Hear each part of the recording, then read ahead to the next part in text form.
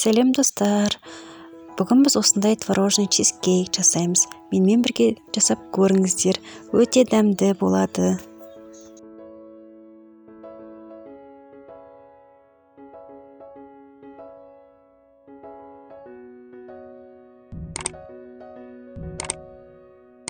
Бізге қажет бір жұмыртқа, сары май, қант, разрыхлитель керек болады.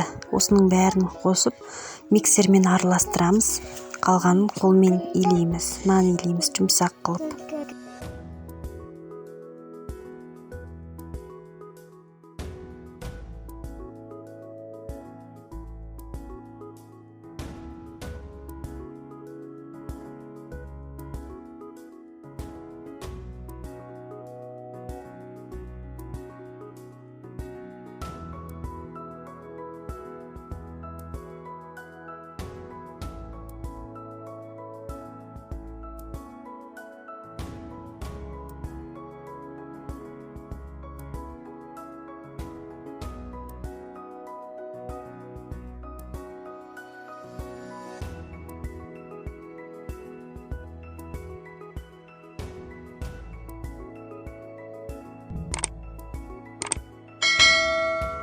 Сосын морозилкаға салып қоямыз, пока начинкасын дайындағанша.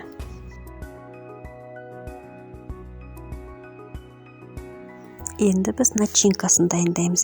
Бізге қажет 400 грамм творог, 50 грамм сметана, бір жұмыртқа және қант 130 грамм. Бәрін комбайнмен араластырамыз. Комбайн болмаса, погружной блендермен де болады.